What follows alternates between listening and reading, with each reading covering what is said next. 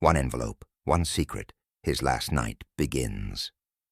The hall was full, faces everywhere, voices low. Lady Bantry moved among them. She smiled, directed, commanded. It was her night to shine. Inspector Slack sat stiff at the table. His medals caught the light. His jaw was tight. He hated attention. Glasses clinked. A roast was carved. Jokes passed across the room. Laughter rose. But not from Slack. Miss Marple sat quietly. Her needles clicked. Her eyes missed nothing. She studied Slack. The man was restless. Sergeant Lake hovered near. Eager, devoted. He watched Slack with concern. He watched every move. Major Finn raised his glass. "Speech," he called. The guests cheered. Slack stood slowly. He cleared his throat. Then the door opened. A boy slipped in, no older than 12. He carried an envelope. His face was pale. "Message for Inspector Slack," he said. He placed it in Slack's hand and vanished. The room went still. Slack stared at the envelope. His fingers trembled. He turned it over. No name, no seal. Miss Marple leaned forward. She saw the color drain from his face. He slipped the letter into his pocket. He forced a smile. "Later," he muttered.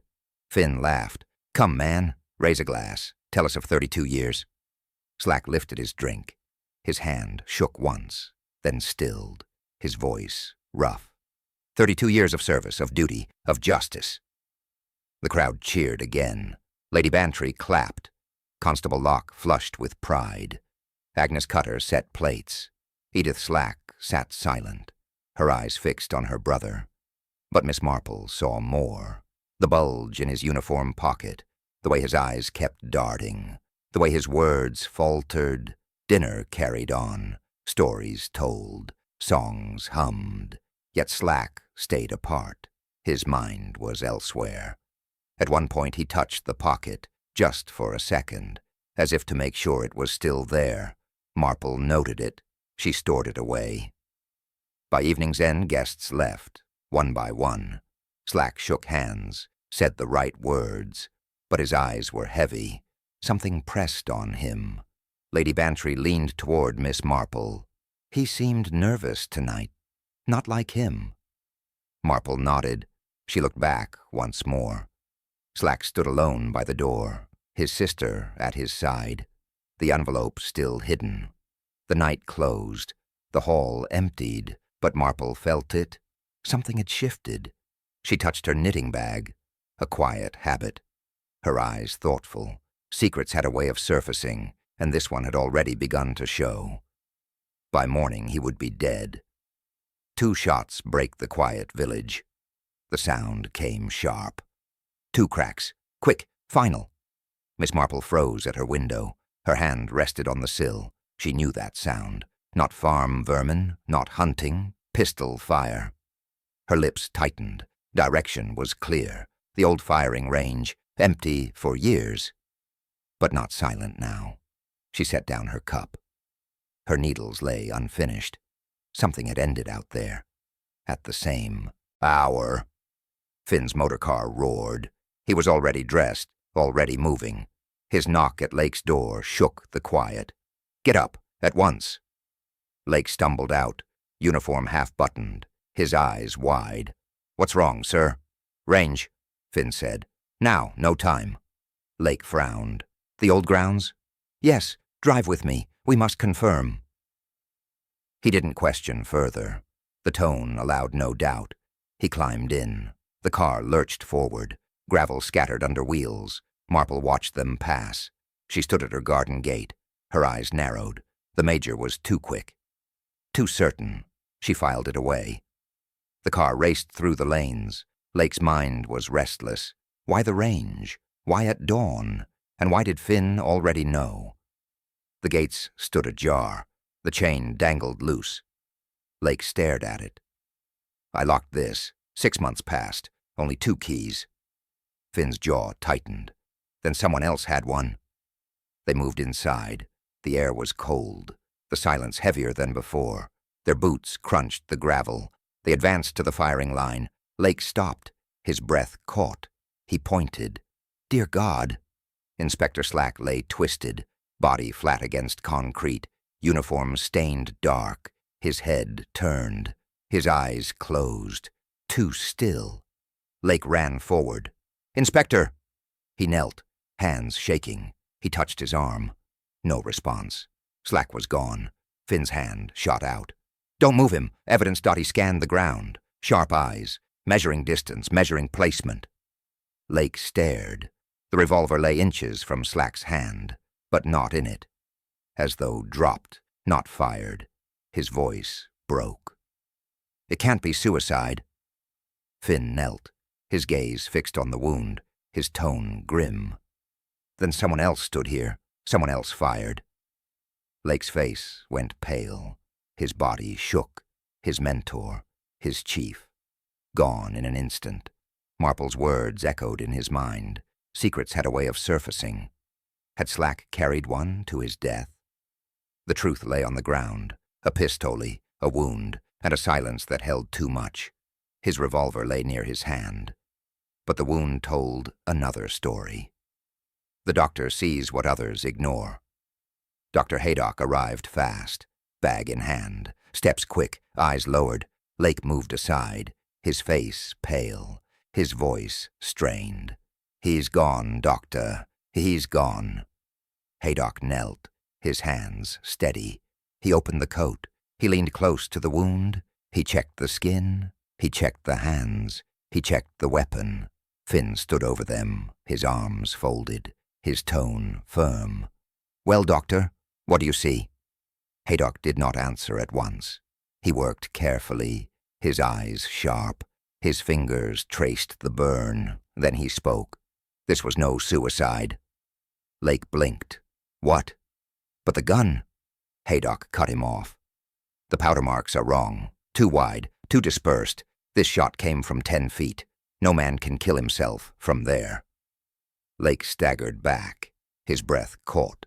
His chest heavy. His eyes fixed on Slack's face. He would never do it. Finn narrowed his gaze. Then it's murder. His words cold, certain. Haydock nodded once.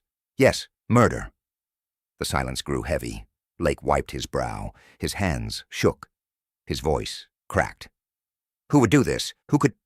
Finn cut in again. Think. Access is limited. This place was locked. Who held the keys? Lake froze. His throat taut. Only 2 keys exist. One with him. One with me. Finn's stare sharpened. Then the killer had one. Lake shook his head fast. Number, I never gave mine. I never came here. Not since last inspection. Haydock looked at both men. His voice quiet. Then someone tricked him here. Someone he trusted. Lake's lips trembled. He was my chief, my teacher. Why would I... Finn raised a hand. Calm yourself. No one is accusing. But his eyes said more. Haydock stood. He closed his bag, his face stern. I'll confirm with autopsy, but this wound tells the truth. He was shot by another hand. Lake whispered low. Inspector Slack, murdered, in our own ground, after 30 years of service. His eyes watered. He clenched his fists. His voice almost broke. He didn't deserve this. Finn's tone was clipped. We move fast. If it was one of ours, we must find out who. The stain spreads quick. The county will demand answers. Marple's words returned in Lake's head. Secrets rise, always. Haydock looked at them both, his words final. If not suicide, then one of their own was a killer. A small gray dust, a large question. Miss Marple stood back, her eyes sharp. She studied the body, not just the wound, not just the weapon. Her gaze moved lower. Medals lined the tunic, years of service, years of work. But one caught her eye. The ribbon looked faintly smeared, not blood, not dirt. A pale gray dust. She leaned closer. Doctor, she said softly, look here, on the long service medal. Haydock bent down. He adjusted his glasses. He rubbed the ribbon lightly. The dust came off on his finger. He studied it. Lake watched, confused. What is it? Haydock frowned. Not ash, not soil. This is graphite. Marple nodded once. Used for lubrication. Lake shook his head. Lubrication? For what? Marple answered calmly. Machines, cables, pulleys, especially the target trolley, at the firing range. Finn stepped forward. Are you saying he touched the equipment? Marple's voice, steady. Yes, he handled it. This residue proves it. Lake's brow furrowed. But why would he? The range is abandoned. Haydock looked uneasy. Graphite doesn't appear by chance. His hands were on the mechanism. Marple bent again. She examined Slack's fingers. The dust was there, too. Around the nails, on the skin. She spoke quietly. He was working on something just before he died. Lake's face twisted. But what reason had he? He came here to meet someone, not to test machines.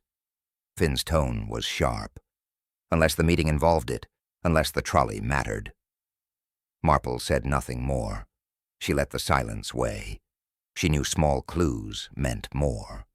This was not accident. Haydock closed his bag again. Graphite proves movement. He was active here. He inspected the equipment. Lake whispered low.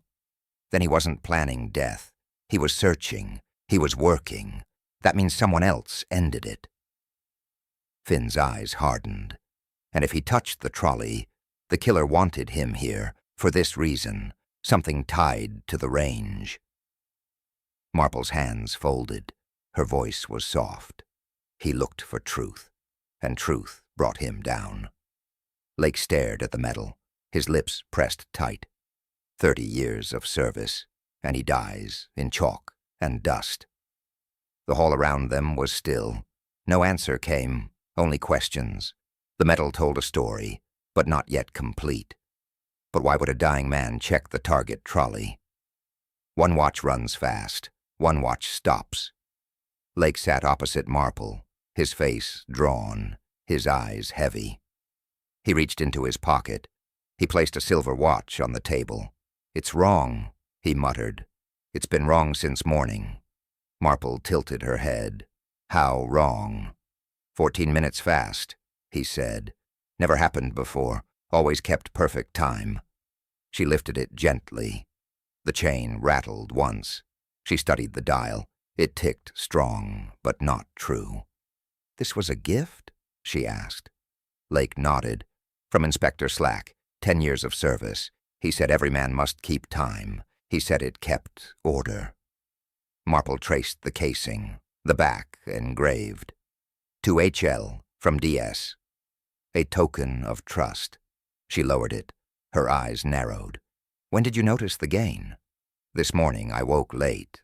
Thought it was nearly 7. It was not. The church clock corrected me. 14 minutes ahead. Marple's lips pressed thin. Timepieces don't gain so quick, not without hands moving them. Lake shifted uneasily. You mean tampered? She did not answer. She only looked. Her silence carried more weight. He pulled another watch from his coat. A plain one, utility issue. This one's right. We use it for drills. This one never fails. Marple checked. It matched the station clock. No error. No fault. She placed them side by side, silver ticking fast, plain ticking true. Her gaze lingered. 2 watches, 2 truths, both belonging to one man. Lake's voice broke the pause. They also found his watch, the inspector's own, the gold one, family piece. It had stopped, hands frozen at 6. Marple raised her brow. 6 o'clock? Yes, Lake whispered. Exact. Not a second passed, not a second more. Marple leaned back. She folded her hands, her eyes distant. Your watch gained, his watch stopped, and both changed overnight. Lake swallowed hard. Then someone touched them, but why? Why the time? Marple spoke low. To shift the hour, to stretch or shrink events, to twist the truth of when he died. Lake's breath caught. Then all we believe, all we record, might be false. Marple nodded once, her voice quiet. Time itself can be used as a weapon, and someone used it here. Lake's hands clenched the table. His jaw trembled. He trusted me with the gift. Now it's turned against him. The ticking filled the silence. 2 watches, 2 lies, both bound to Slack's death. Time itself had been falsified. The mud keeps no secrets. The rain had helped. Soft ground held its marks. Every step preserved. Every weight recorded. Major Finn bent low. His stick traced the soil. "Look here," he said. "The ground speaks." Lake leaned over, his face pale, his lips tight. "What do you see?" "Boots," Finn replied. 2 sets, clear impressions. Marple stood silent. Her eyes scanned. She counted the prints.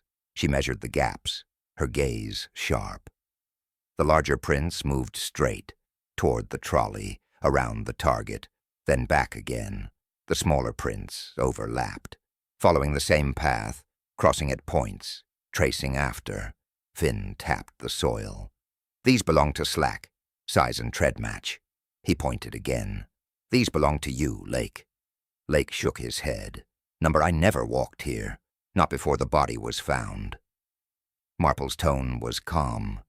"Yet the prints exist, and they tell a story." Lake's voice rose. "But I wasn't here. Not before Finn and I arrived. Not before dawn." Finn's eyes narrowed. "They were made in dry ground. Yesterday's soil, not today's rain." Lake stepped back. His chest heaved. "That's impossible." Marple knelt down. She touched the edge of a print. "It is not fresh. It dried first. Then rain filled the edges. These marks are old." Lake's voice cracked. "Then someone wore my boots, or someone forged the trail." Finn's tone was sharp. "No one else has your size. No one else has access." Marple looked thoughtful. "Prints do not lie, but they can mislead. They show presence, not purpose." Lake clenched his fists. "He trusted me. I would never harm him." Finn's reply was curt. "Yet your boots followed him, step for step, path for path." Marple's eyes stayed fixed. She traced the overlapping lines, Slack's circle by the trolley, Lake's following path. The order was clear. She spoke slowly. The inspector came first. He inspected the machine. He turned back. Then another followed, his steps on top. Lake muttered low, "Number, I swear it. I never made them."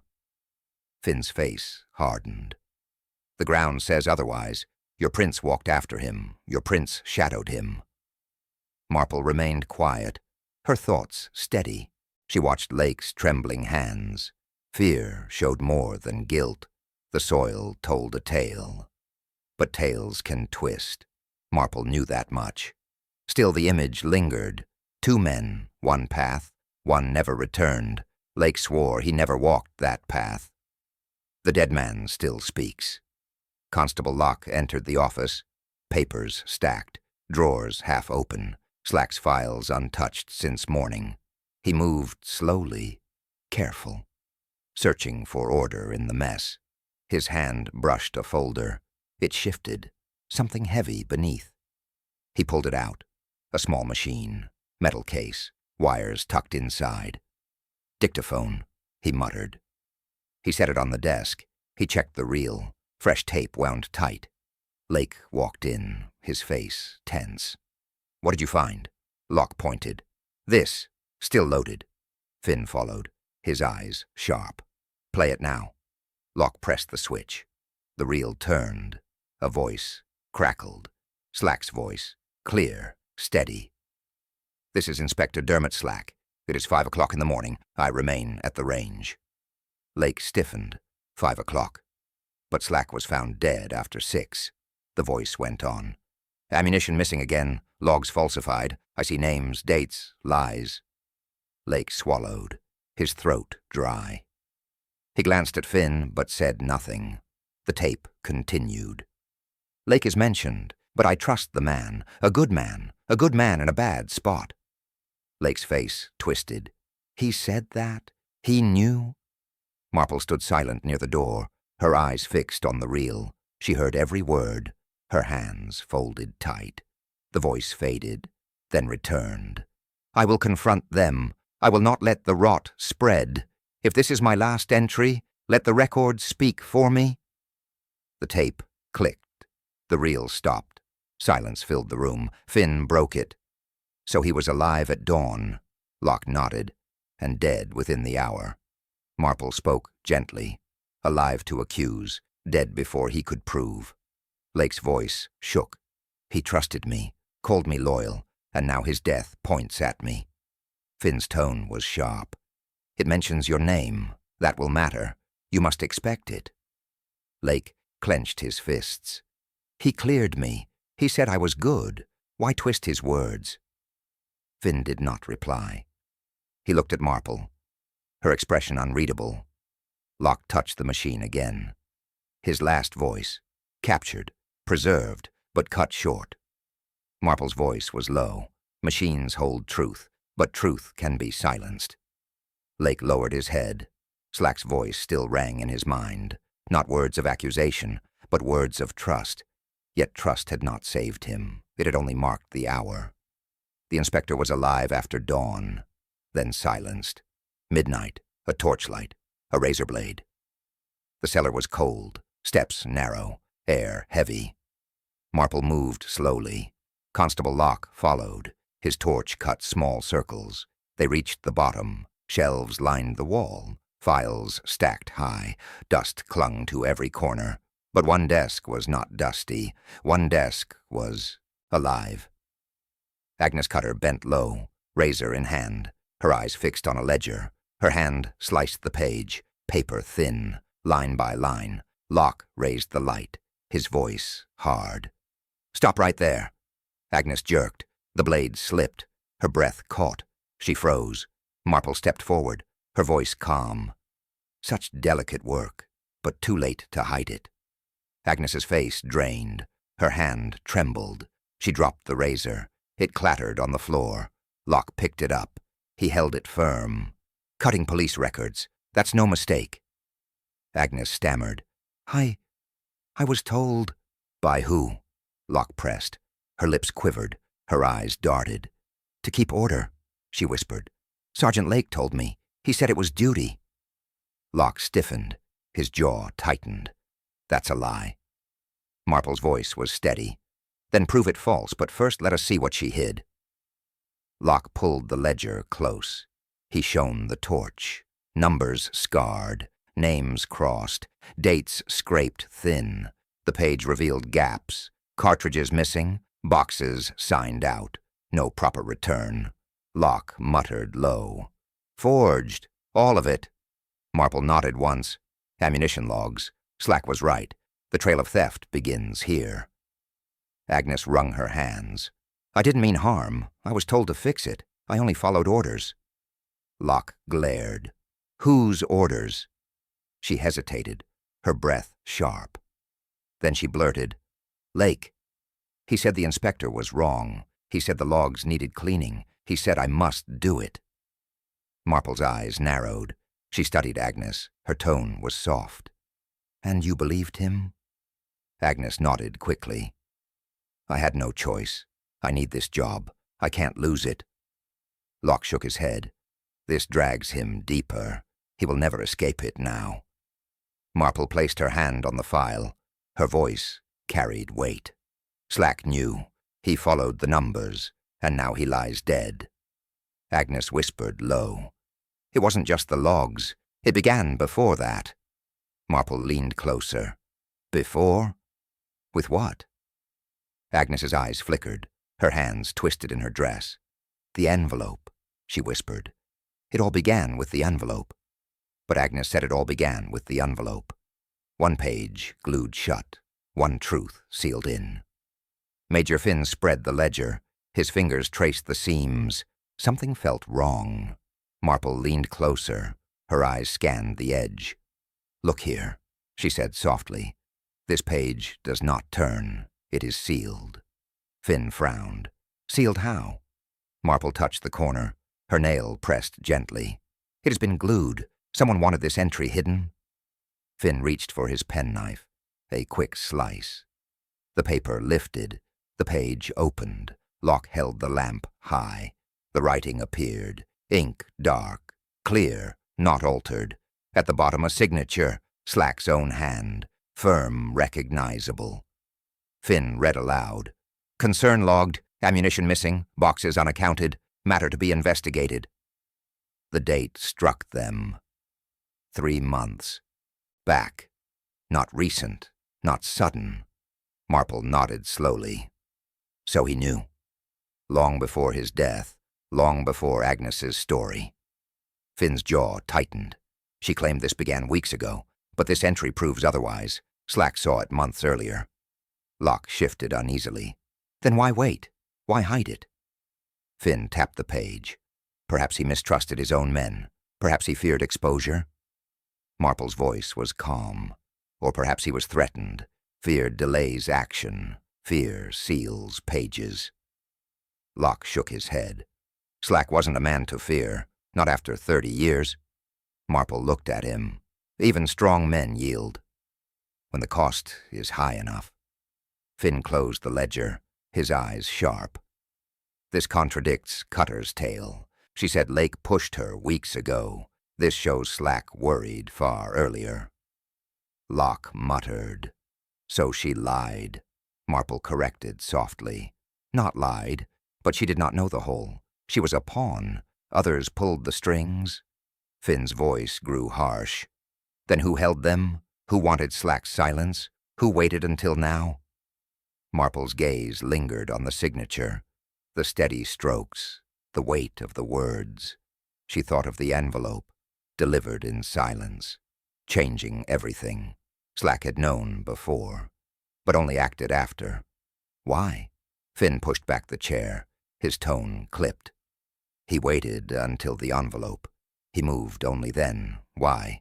Marple whispered low. A man holds secrets for years, but one letter forces the hand. We must ask what it carried, and why it came when it did. The room stayed quiet. Each thought their own. The truth was close, but still locked. Why did Slack wait until the envelope arrived? Sympathy hides malice. The burial was quiet. Edith stood stiff, her eyes dry, her hands clenched. Lady Bantry stayed near.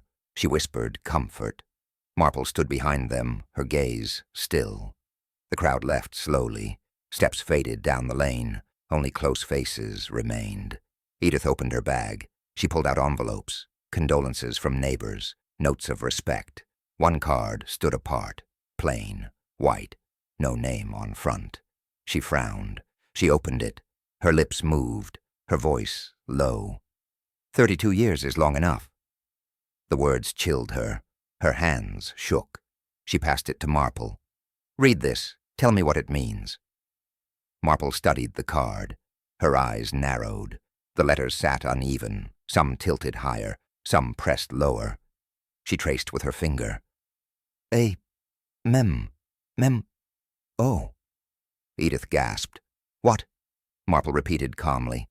The misaligned letters spell MMMO, a word hidden inside sympathy. Finn stepped closer. He read the card again. His face darkened. This is no condolence. This is a warning. Lake clenched his jaw, his voice hoarse. They mock him, even after death. Who would dare? Marple's eyes did not lift.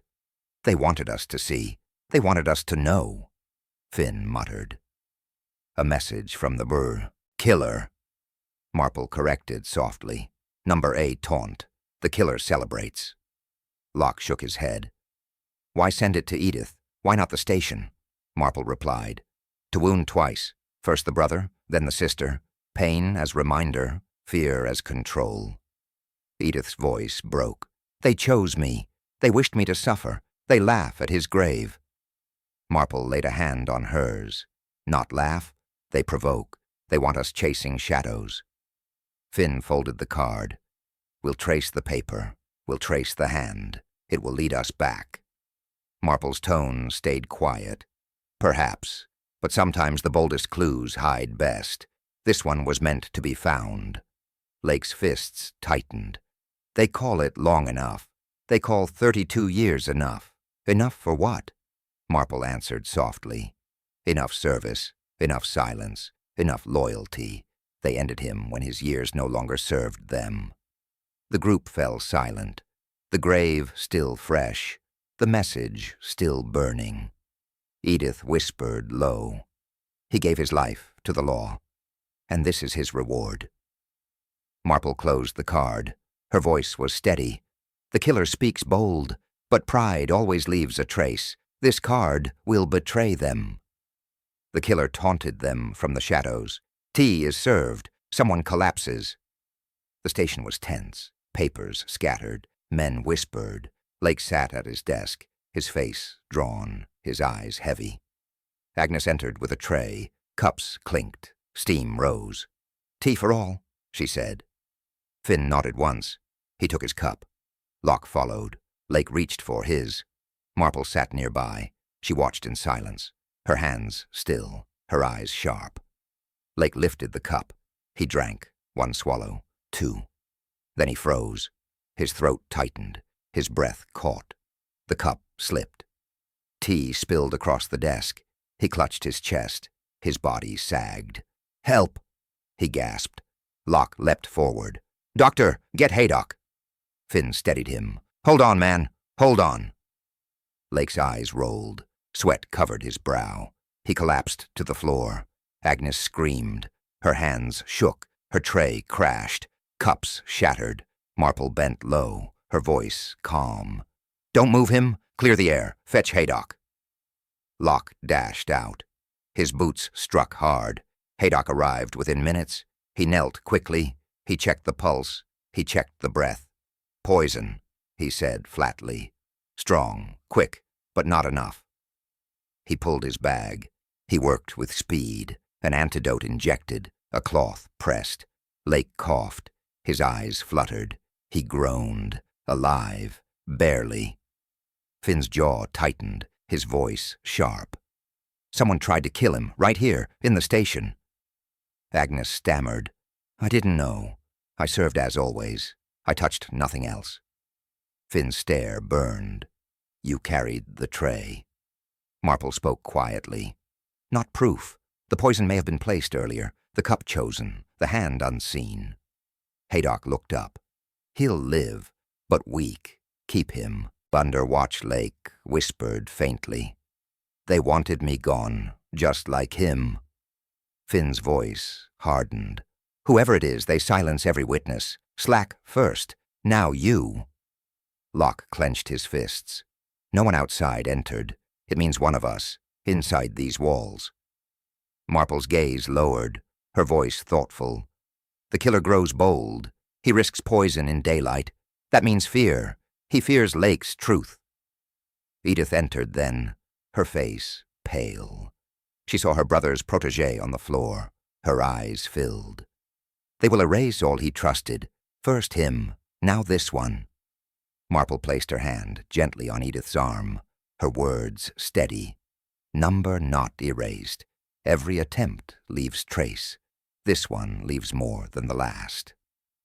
The station was silent. Lake lay breathing faintly. Slack's ghost lingered still. The fight was not over. The murderer wasn't done yet. 2 holes, but only 1 bullet found. They returned to the range. Rain had eased, ground still soft. Finn led the way. His boots struck firm. Lake followed, pale but upright. Haydock walked steady. Marple trailed, eyes alert. Locke carried the kit. Measuring rods, evidence bags. Finn raised his hand. "Check the targets. Look again. We missed something." Locke examined first. His lamp swept across wood. He froze. 2 holes, he said, side by side. Finn stepped forward. He counted inches. Both shots aimed chest height.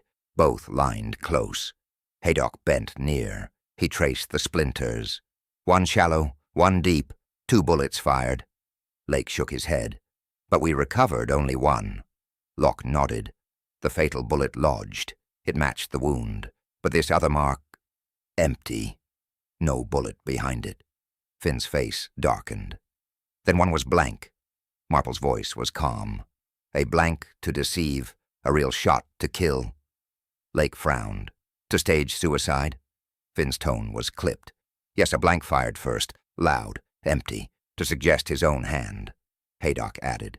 Then came the real, closer, deeper, the wound we saw. Marple folded her hands, her voice low. The killer wanted confusion. 2 shots, 2 sounds, only 1 death. Lake rubbed his forehead, his voice raw. And the missing cartridge? Where is it?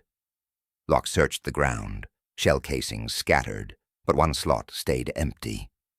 1 fired, 1 gone, he muttered. Finn stared at Lake, his voice sharp. You carried spare rounds.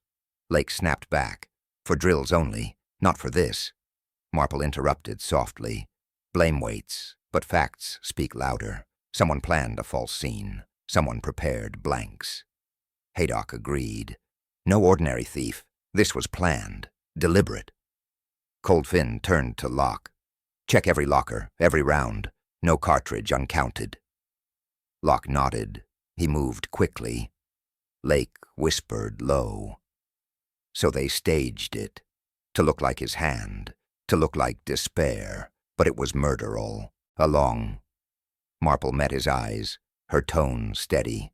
Truth hides in layers, each shot another mask.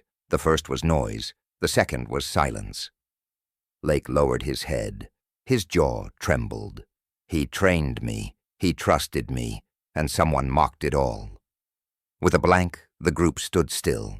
The holes told their tale, but not the name, not the hand. 2 shootings, 1 staged, 1 deadly. The boy speaks at last. The door creaked. A small figure entered. The same boy, the messenger from the dinner. He held his cap tight, his eyes low. He shifted on his feet. Locke noticed him first. What are you doing here, lad? The boy swallowed. I need to tell. I can't keep it. Finn folded his arms. Tell what? The boy looked at Marple. Her calm face steadied him. I saw him that night. The inspector. I saw him walk away.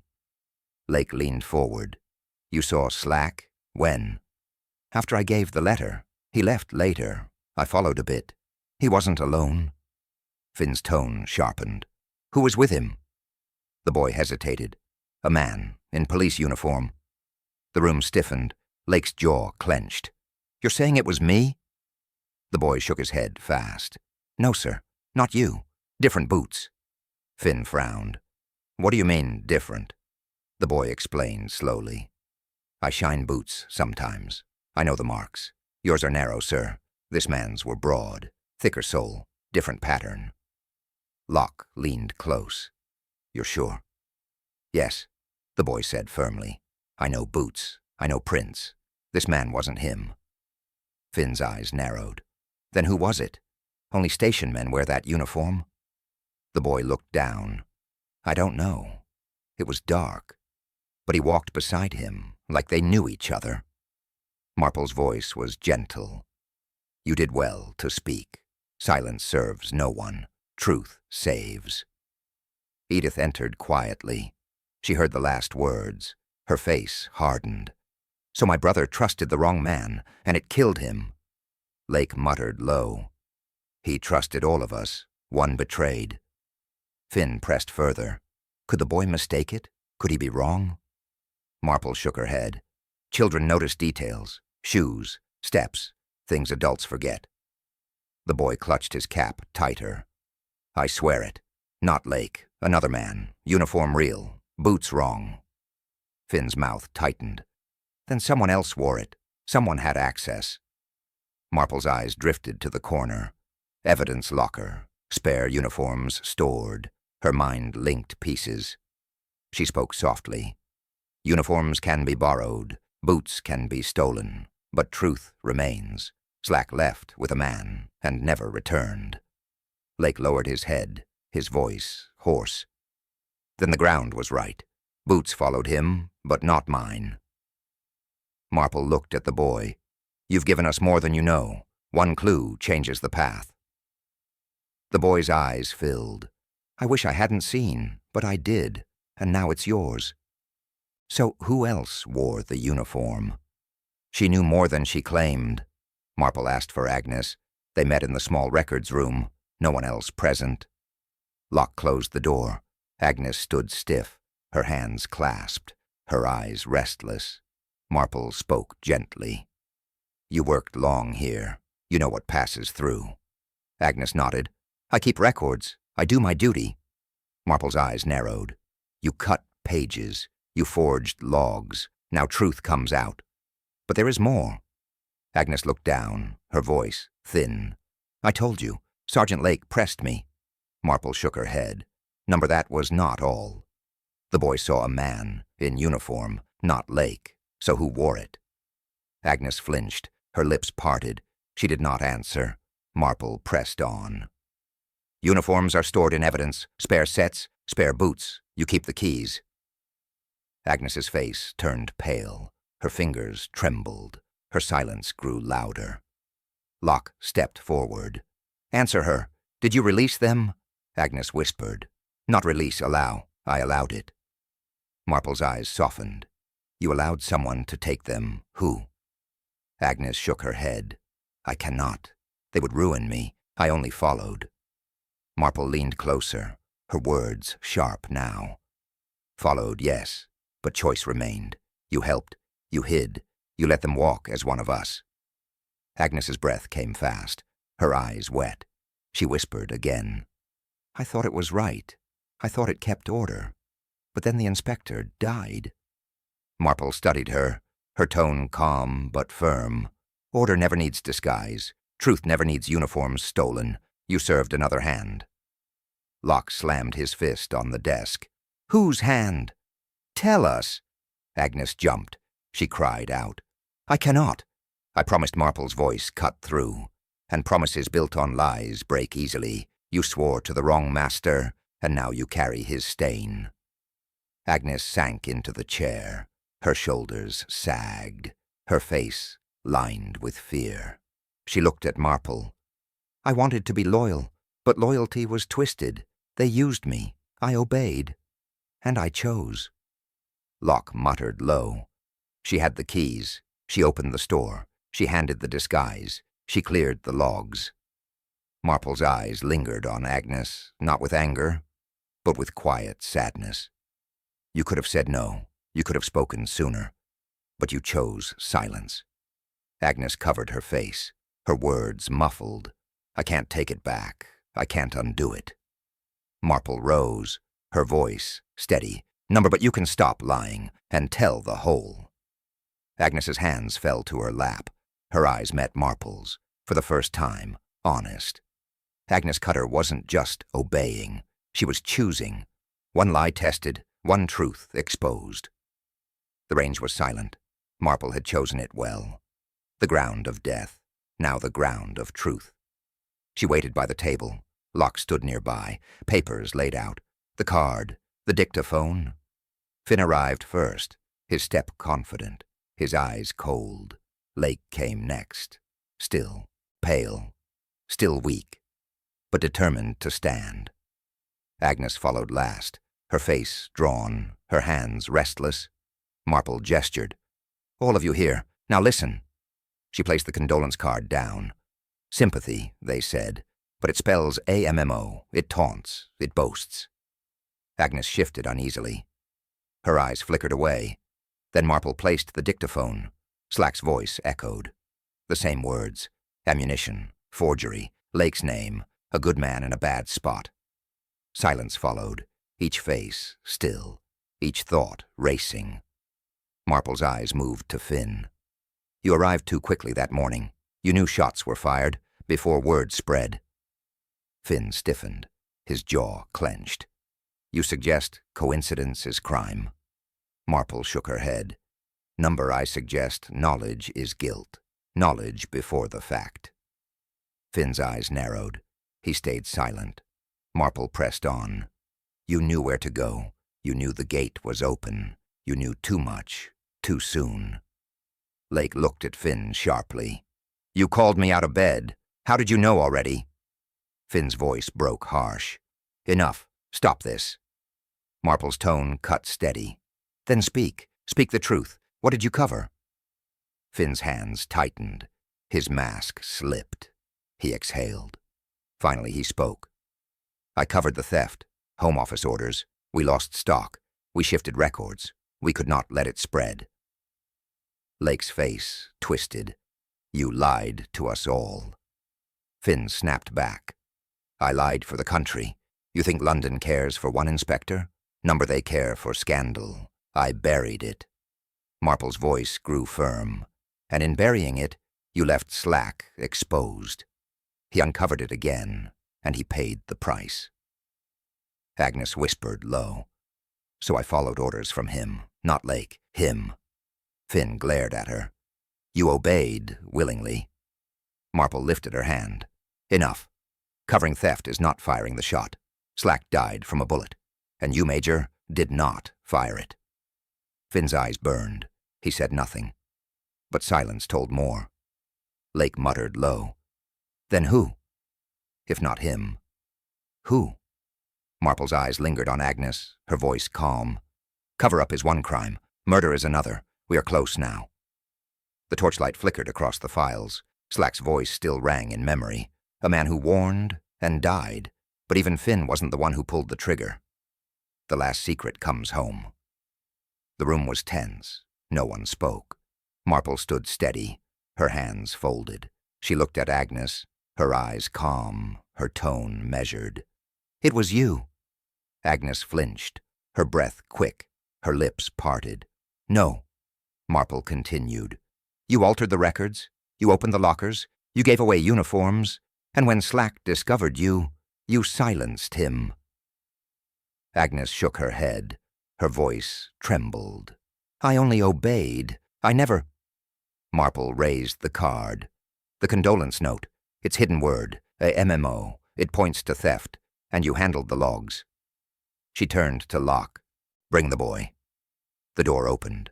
The boy entered, cap in hand, eyes down. Marple asked softly, Whom did you see? The boy swallowed. The inspector, and a man in uniform, but not Lake. The boots were different. Marple's gaze fixed on Agnes. You had access. You had the keys. You dressed the part. You walked beside him. Then you followed him to the range. Agnes's face crumbled. Her hands trembled.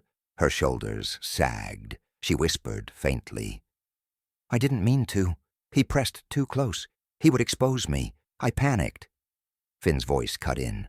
You fool! You brought it all down! Marple turned to him. You covered theft. But you did not fire. She fired. The bullet came from her hand. Lake staggered forward, his voice raw. You killed him, the man who taught me, the man who trusted you. Agnes covered her face, her sobs sharp, her voice muffled. I thought it was only numbers, only pages, but he found me. He knew. I had no choice. Marple's tone was steady. There's always choice, and you chose silence first. Then you chose murder. The room fell quiet. No one moved. Only the boy shifted, his eyes wide. He'd carried the message. Now he carried the truth. Edith stood near the wall, her face rigid, her voice low. My brother gave his life to duty, and he died betrayed by one inside. Lady Bantry whispered to Marple, It is the most dreadful farewell I have ever known. Marple touched her knitting bag, her eyes lowered, her voice soft. Truth has walked free, but lies linger still. This village will not forget. Locke stepped forward. He bound Agnes's wrists. Her head bowed. The case closed, but unease remained. Slack's grave was fresh. His voice still echoed on the tape. A man of service, a man undone by trust. Miss Marple sighed. Truth had walked free, but so had lies yet to come.